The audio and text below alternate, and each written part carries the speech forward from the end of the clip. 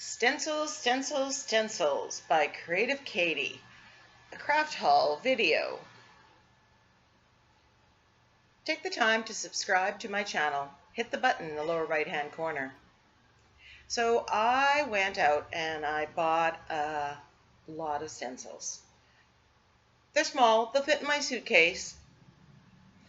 But instead of just showing you the stencils, I wanted to actually use them, do some stenciling through them so you can see what they actually look like, because sometimes that's hard to tell. And maybe I'm just going to talk a little bit about where you can use these stencils as well. So I fell in love with this Crafter's Workshop stencil, and this one is called, it's a Balzer design, it's a mini bubble doily. And right off the bat, I kind of saw a peacock tail plumage, and I have a video with that. I've also done another page with it, and I'll put an iCard up in the top right-hand corner for you to look at. This works wonderfully well for taking modeling paste through the stencil, as well as acrylic paint. So this is Abstract Leaves, and it's a Crafter's Workshop stencil.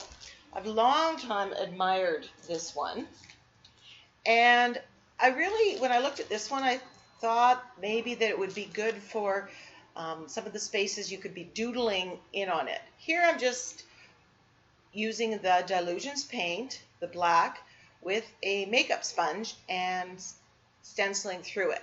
Now I find that the Dilutions paints, the consistency of them is absolutely perfect for stenciling. It's not too wet as some craft paints are, and it's not too thick as Liquitex Basics. So when I'm stenciling, I like using those paints. So there you see I've stenciled on with the black, giving this a quick dry. Now I'm thinking that I can do some doodling or line work around these. And if you turn these upside down, these actually turn into Christmas ornaments. And so I'm anxious to play with these a little bit and get different designs and patterns, just even the center part, masking off the other parts, and being able to put those different designs onto a page, or doing it with collage work.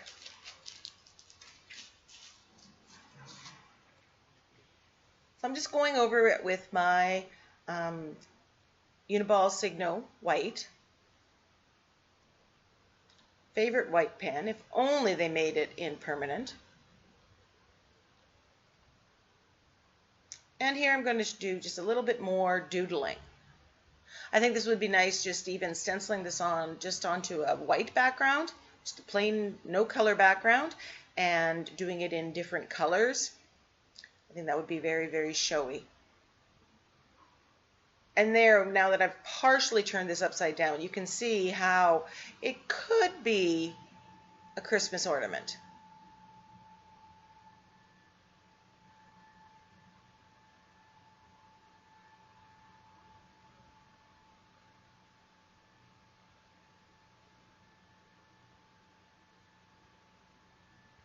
I can also see myself using this with the jelly print, putting the paints on, taking them off, moving the stencil a little bit, and having layers of leaves upon layers of leaves in different autumn colors or different greens.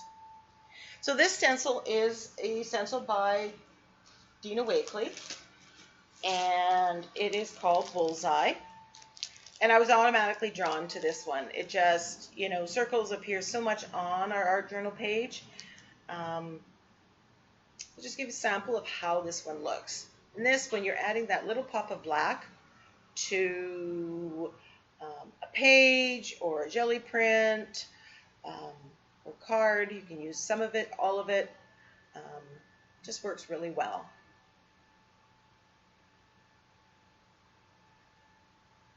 Now, while I really like using the black Dilutions paints, or all the thickness of the paints, the Dilutions paints for stenciling, I do find it really difficult to clean the stencils. Much more difficult than if I used regular Liquitex Basics. So here is a trio. It's a mini collection stencils. You get 3 stencils. I paid $15 Canadian was the price tag on this. And you can see the difference in size of the regular and the small. And for my money, to get 3 wonderful stencils, I think this is definitely the way to go.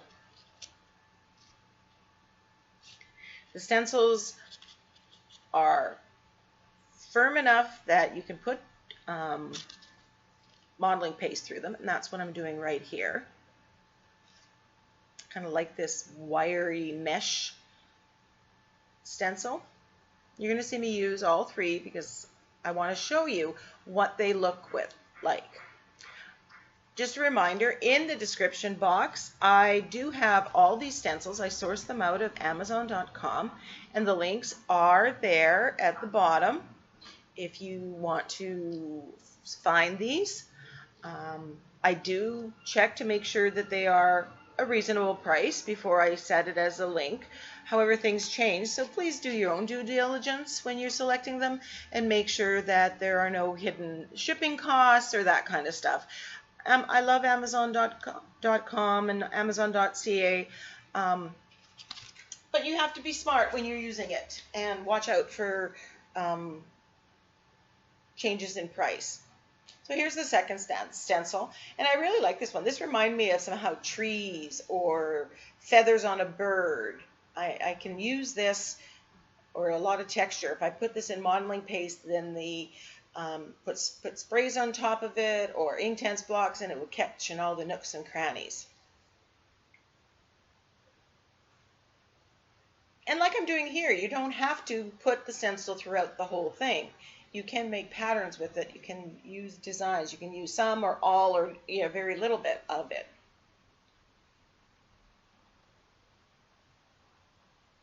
This one kind of reminds me of tread marks. But again, I see that one. All 3 of these I think would be great for putting modeling paste through. This one is a Crafter's Workshop again, and it's called Peacock pattern for obvious reasons. And I just love this. I've loved this pattern since I first saw it on Amazon, and I was so happy to find it. So I'm going to stencil this on to a background paper that I made a year ago. It was just a trial that looks like peacock feathers already, peacock colors. And I'm just using the pomegranate seed dilutions paint just to see. And here I'm using, instead of the makeup sponge, I am using the mini blending tool, or my homemade version. I just use the foam felts and get some Velcro at the dollar store and put it on so that it attaches. And this is just to an old wooden thread spool, which you can, find in some thrift stores or secondhand stores on the cheap. I also have some that I put on old stamps that I had when I was a teacher. So there you have it. I'm not sure about the color combination. I think maybe a wash on that one, and then or some splatters. Liking this one so much, I wanted to see it on just white paper. So I grabbed a sheet from my homemade art journal, where I use the arc punch system and punch the sheets so I can just easily take them out, do my work, and punch them back. So a lot of these backgrounds are going to find their way back into that little journal. And I apologize for the construction work. They start at the crack of dawn, and I want to get this video up and running before I head back. So I'm just loving this. Like using this on a jelly print, moving it, bumping it a little bit, using different colors. I think you can come up with some amazing things. Now, don't feel bad if you don't have a jelly press. That doesn't mean you have to get a jelly press. You can paint your own background papers just with acrylic paint, water, sprays, different combinations, and then stencil on them like you would with a jelly print. I love my jelly press. I have such fun with it, but it's not absolutely required. Now this stencil is a Kaisercraft stencil, and it is called Checker Plate. And I put acrylic paint through, and now I'm putting modeling paste through. The Kaisercraft stencils, especially the blue ones, are much thicker than the stencils for Crafters Workshop. You know, when you buy a stencil, they are not all created equal. This one is definitely thicker and more durable. Now the green one is, I would still say it's a little thicker than the Crafters Workshop ones, but less than the blue ones. Now they have a series of these where you have 4 different designs. Sometimes it's on a theme, like a Christmas theme or a winter theme. This one is called Grunge. And I wasn't able to source this one, but there's another one called Mixed Media that I do have the link in the description box. And I love that one too. I'm looking at it carefully, and I'm thinking I will be able to cut this into 4 pieces so that I can store it in my 8x8 scrapbook